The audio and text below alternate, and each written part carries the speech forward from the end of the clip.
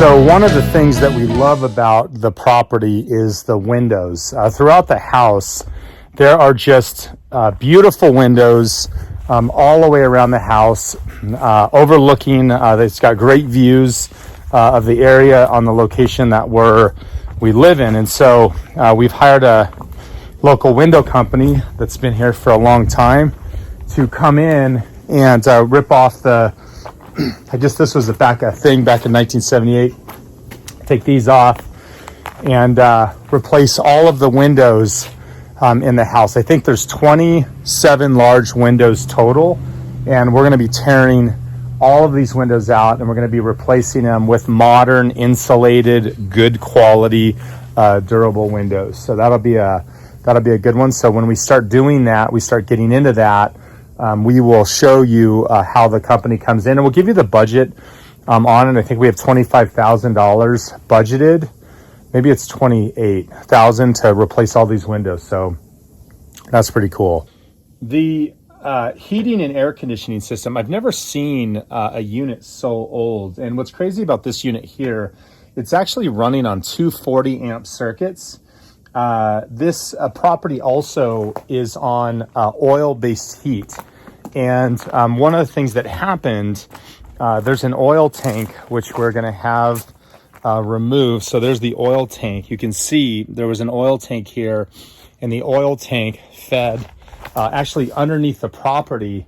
And this oil tank actually leaked. So we're going to have to get that fixed and have that dug up.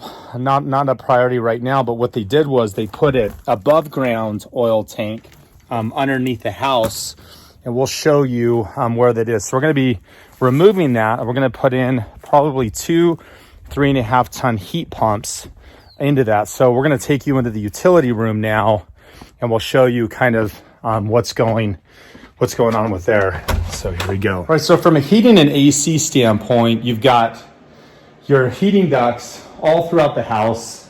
So we have heating ducts and cooling ducts right here. So when they built the house, they did a good job. You can see we've demoed the kitchen. They've got the heating ducts all throughout the house. And so that's really good, upstairs and downstairs. The downstairs and the upstairs are separate, so they're not tied together.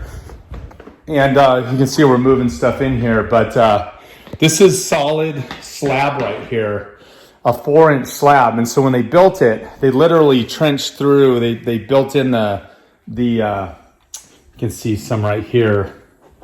You can see that. They got that one right there underneath the slab. So it's running 2 separate systems. And when we go into this utility room right here, and pull this in here, when we go into the utility room, you can see it's using 2 oil furnaces right here. And then you have the AC unit that is on the top here.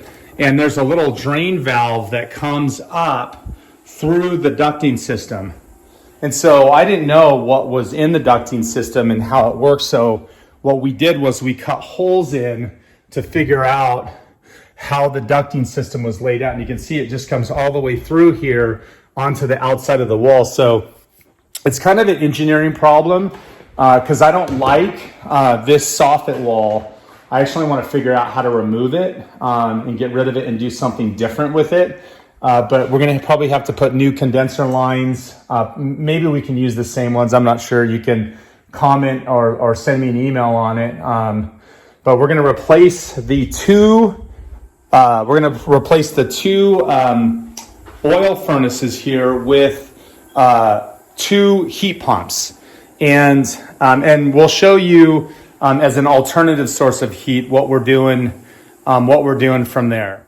Okay, so another crazy thing on this property is we have 2 85-gallon water tanks. So we couldn't figure out, like, okay, what is this? And this is a pressure tank for the well, and we have another pressure gauge right here. But what are these? So basically, you can see right here what it looks like. There's a bypass. This is a bypass line from the main water line from the well. And this is actually a solar water heater. And so what happens is there's a solar water tank that's on the roof that that heats the water, that stores that heated water into this solar tank, which feeds into the water heater right here. It's an electric water heater. Probably one of the most simple engineering designs that I have seen, because it's a very basic concept. You've got your pump, you've got a pressure tank here, you've got your temperature control module here, and it feeds in. So it only makes sense because being that we're kind of out on the sticks here a little bit, we want to, it saves on electricity costs. And so that's cool. And we'll show you the water heaters right here and what we have to do with that. So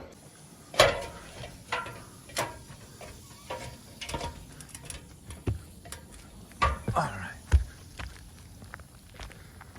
You can see the view.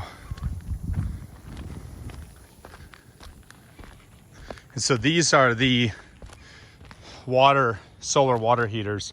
And you can see that the plastic on these have broken off pretty significantly on these units.